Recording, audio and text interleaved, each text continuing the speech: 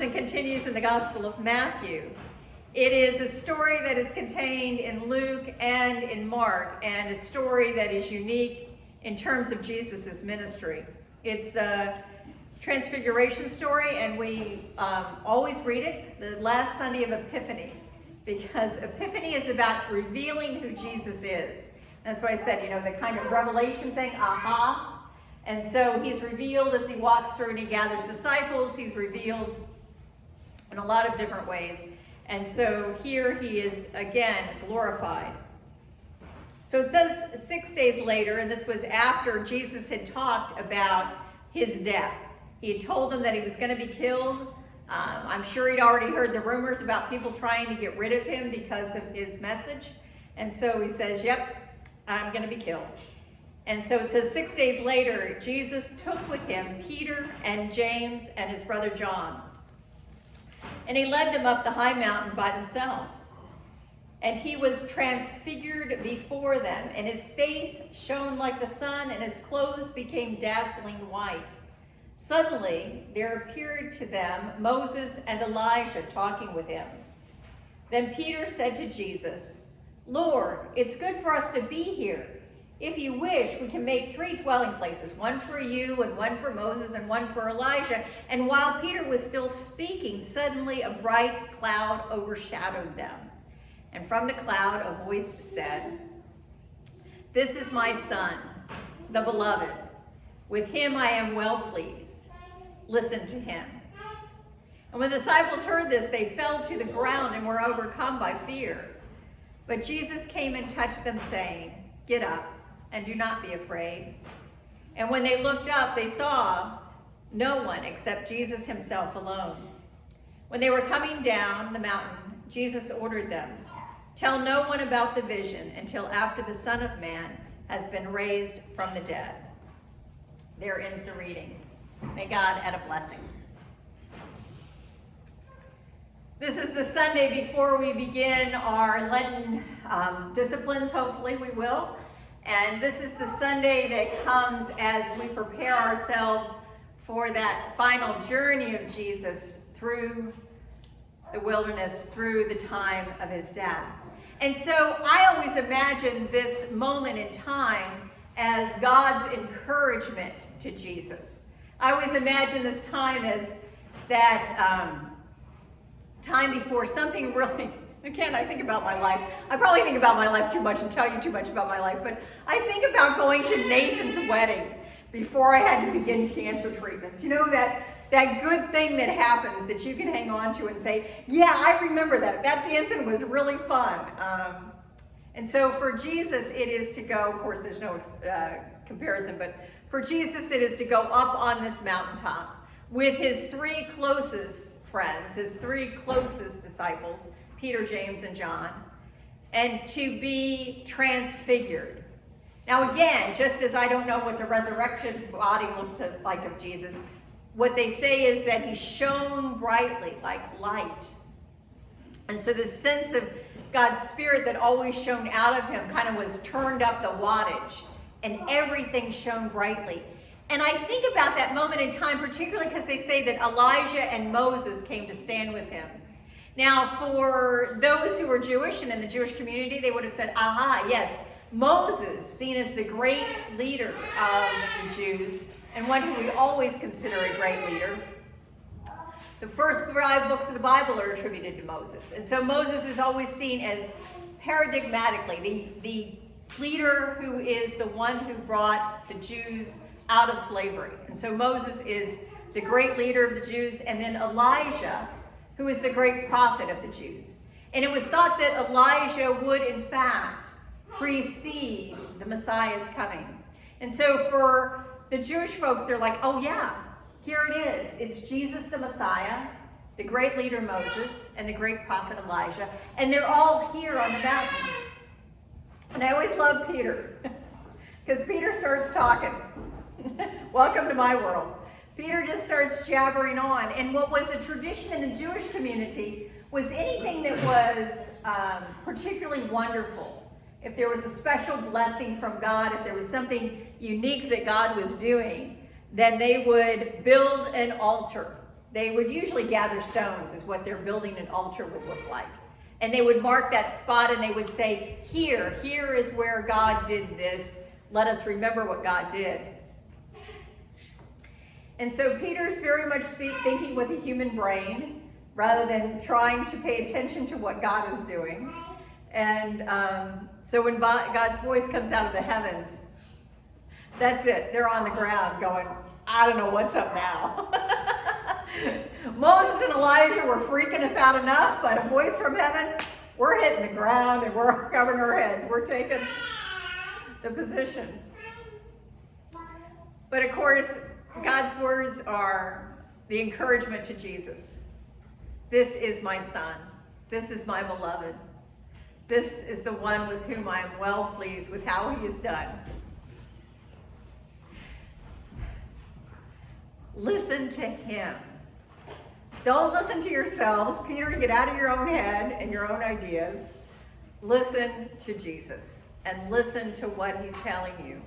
Because even in the earlier passages here, when Jesus had said, I'm going to be killed and I'm going to end up on a cross and you guys are going to run for the hills, they'd all say, no, that's not what's not happening. We're going to fix this. We are going to fix this and it's all going to be okay. And Jesus knew that that wasn't the path. That there was no fixing the human beings around him. There was only walking the path that God had for him. And so I think that this moment in time was a great encouragement to Jesus as he took the final journey to Jerusalem, to know that there were people who were plotting against him, ready to kill him.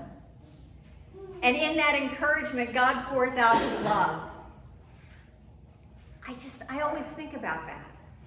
You know, as much as we follow the church and talk about what the church needs to do or should do or how we should do things, what God is always doing is sharing that love with his son and with those who gather around him. Even when the disciples are on the ground because they do not know what's going on, as none of us would know what's going on, first they see their traveling companion shining like the sun. Then they see two guys who, for whatever reason, they knew were Moses and Elijah, perhaps because Jesus addressed them as so. Because again, no Instagram, no pictures. So he must have gone, so Moses, good to see you. Yeah, Elijah, how's it going? And so they went, okay, this is freaking me out. But they just kept on, again, Peter always plowing ahead. But once God's voice came out of the heavens, they were like, yeah, we're done. We're hitting the ground, covering our heads, just not at all knowing what's going to happen next. But when Jesus goes over to them, he says, it's okay. Don't be afraid. It's all good. It always amazes me what Jesus says. What is recorded about what Jesus says.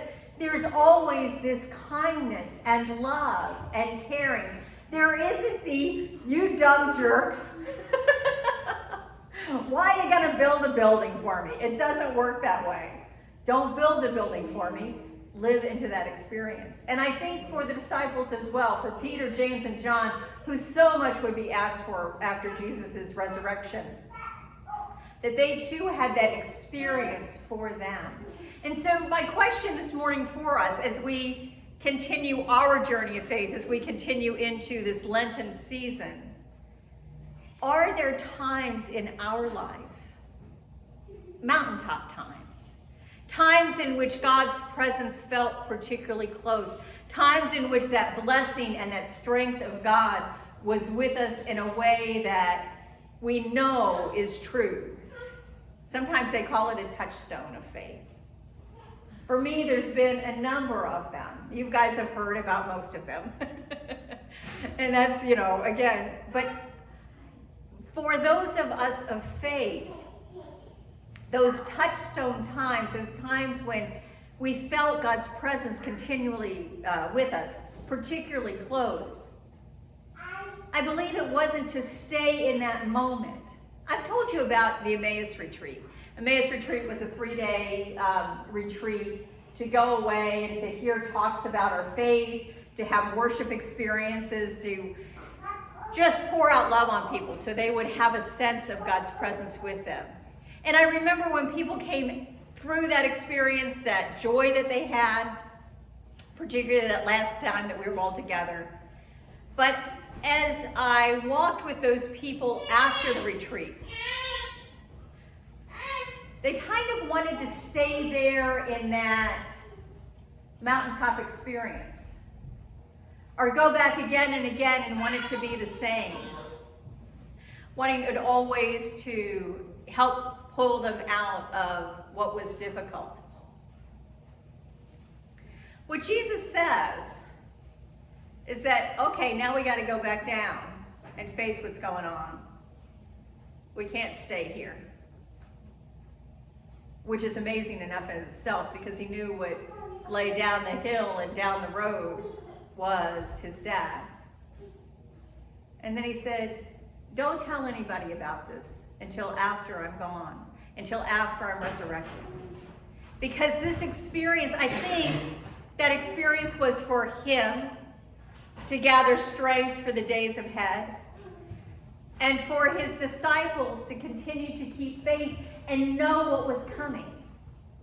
That Jesus of Nazareth was in fact a human being, but something more as well.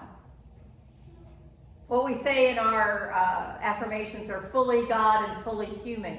That sense of the fullness of both dwelling in Jesus of Nazareth. And so for that, it was strength. Strength to continue the journey during the difficult times. Strength to continue the journey to its end in Jesus' death. And know that God had plans beyond.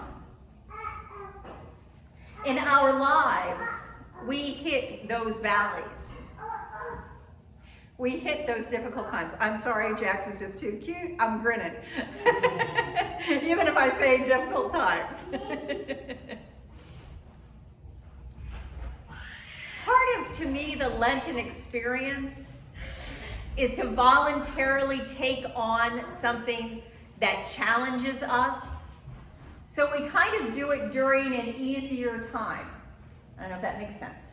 Anyway, here's what I'm trying to say. That if you decide to give up a meal for one day during the week, if you decide to be silent during a day, if you decide to, just have extra prayer time, all of those things that you voluntarily take on, read a book that helps you to grow in faith, all of those things you voluntarily take on to make your life a little bit more of a challenge and grow deeper in God, I think that those are gifts to us. Because we will hit real valleys and really hard times. Everything in my experience says life can sometimes be total crap. Because that's what life is. Not because of God trying to challenge us, or God trying to test us, or God trying to say, oh, here, see if you can make it through this. I don't believe that's why life happens to us and bad things happen to us. I believe life happens and bad things are around the corner because we love people and death happens. Because illnesses come through no explanation and no reason of our own. Because there's accidents and hard times. Because we are human. Because we are human. And we have those hearts. That will be things that cause pain. But I think if we willingly enter into those Lents that lead us to a place where we know that we don't depend on food as the thing that gives us joy, although it makes me happy a lot of days, and don't even depend on others, although I love people in my life, it reminds me that God is the one who is most important, and that words cannot fix everything, and that silence is okay. All of that Lenten experience, all of that time that I worked at growing into faith, because that's what God had asked me to do, because that's what the scripture asks us to do, because that's what the church family has given us an opportunity to do, helped me through these last 8 months. through these last 3 years, to be quite honest, that have been a lot of not easy things. And so I believe that this Transfiguration Sunday, we remember that God gave Jesus a special gift. Come up on the mountain. Bring your close friends. They'll help you to remember this. Come up on the mountain and hear my blessing. Let them hear it too. Come up on the mountain and find a place of strength, a touchstone of remembrance, so that this experience, this time in your life and in your body, this experience can help you to go back down this mountain and through the valley and the road to Jerusalem. It's a gift that the disciples, those who followed, made sure that we knew this story so that we too could draw the strength of God's love for Christ in our lives. Amen.